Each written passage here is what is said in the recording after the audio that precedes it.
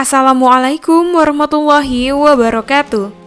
Hey Sobat Info, sebuah hadis yang sahih dari Abu Hurairah radhiyallahu an bahwa Rasulullah Shallallahu alaihi wasallam bersabda, sesungguhnya Allah akan mengutus atau menghadirkan bagi umat ini, yaitu umat Islam, orang yang akan memperbaharui urusan agama mereka pada setiap akhir 100 tahun.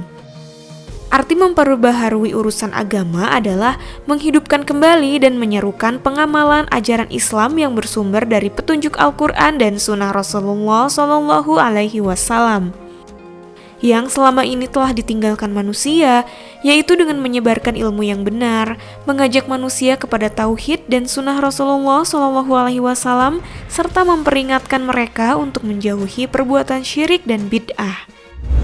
Perhitungan akhir 100 tahun dalam hadis ini adalah dimulai dari waktu hijrah Rasulullah SAW dari Mekah ke Madinah. Dalam hal ini, Imam Ahmad bin Hambal berkata, sesungguhnya Allah akan menghadirkan bagi umat manusia pada setiap akhir 100 tahun orang yang akan mengajarkan kepada mereka sunnah-sunnah Rasulullah SAW yang telah banyak ditinggalkan manusia, dan menghilangkan atau memberantas kedustaan dari hadis-hadis Rasulullah Shallallahu Alaihi Wasallam. Para ulama telah menyebutkan nama-nama para imam ahlus sunnah yang memenuhi kriteria untuk disebut sebagai mujadid atau pembaharu, berdasarkan pengamatan mereka terhadap sifat-sifat mulia para imam tersebut. Yuk kita simak pembahasannya, tapi sebelum itu silahkan subscribe dulu ya dan nyalakan lonceng notifikasi agar kamu tidak ketinggalan info video terbaru dari kami. Umar bin Abdul Aziz.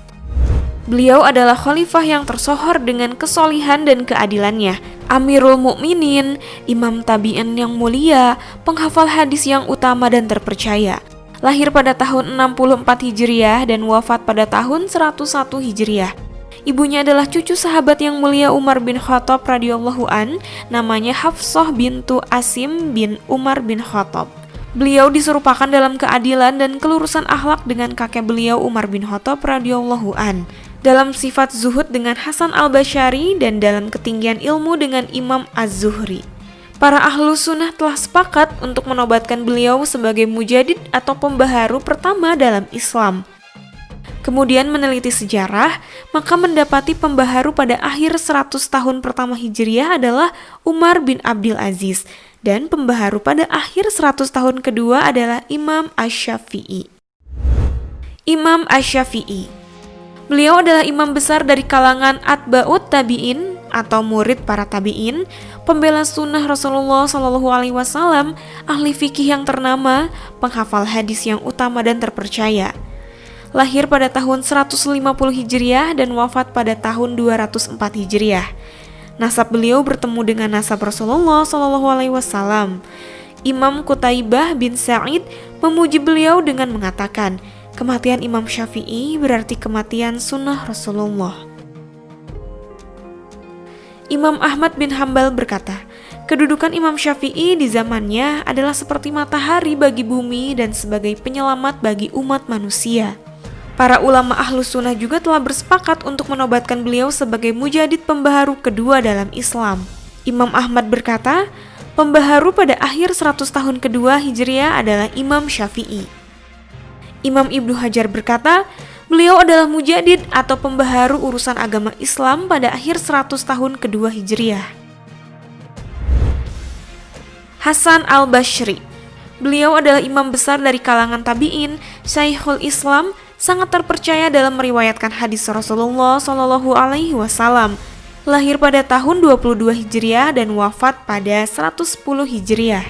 Beliau pernah disusukan oleh Ummu Salamah radhiyallahu an, istri Rasulullah Shallallahu Alaihi Wasallam, dan pernah didoakan kebaikan oleh Umar bin Khattab radhiyallahu an agar diberi pemahaman dalam ilmu agama dan dicintai manusia.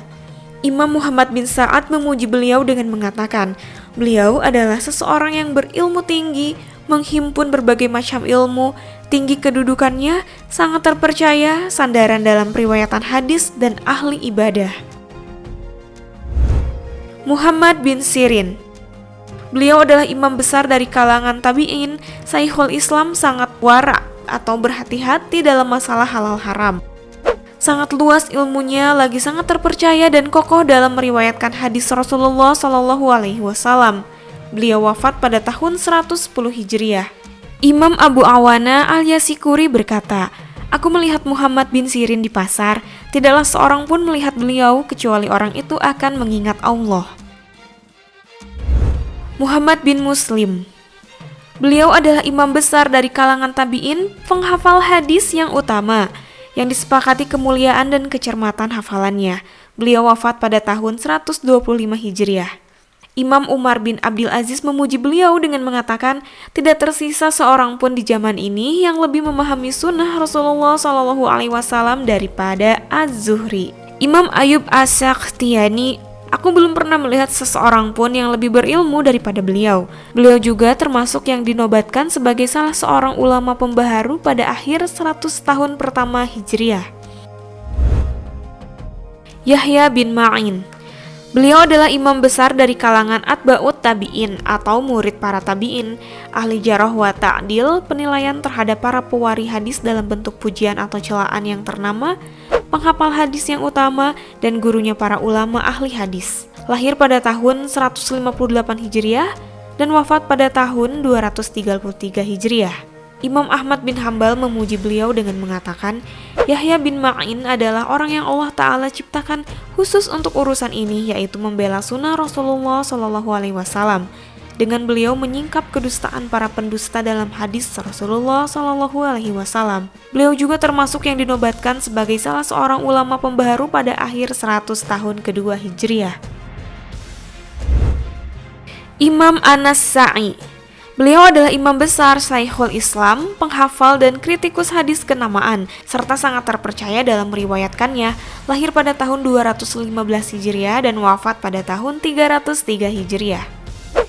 Imam Abu Sa'id bin Yunus memuji beliau dengan mengatakan, Abu Abdirrahman An-Nasa'i adalah seorang imam atau panutan penghafal hadis dan sangat terpercaya dalam meriwayatkannya. Imam Abu Hasan Ad-Daraqutni berkata, Abu Abdirrahman An-Nasa'i lebih didahulukan atau dalam pemahaman ilmu hadis dibandingkan dengan semua ulama hadis di zaman beliau. Beliau juga termasuk yang dinobatkan sebagai salah seorang ulama pembaharu pada akhir 100 tahun ketiga Hijriah.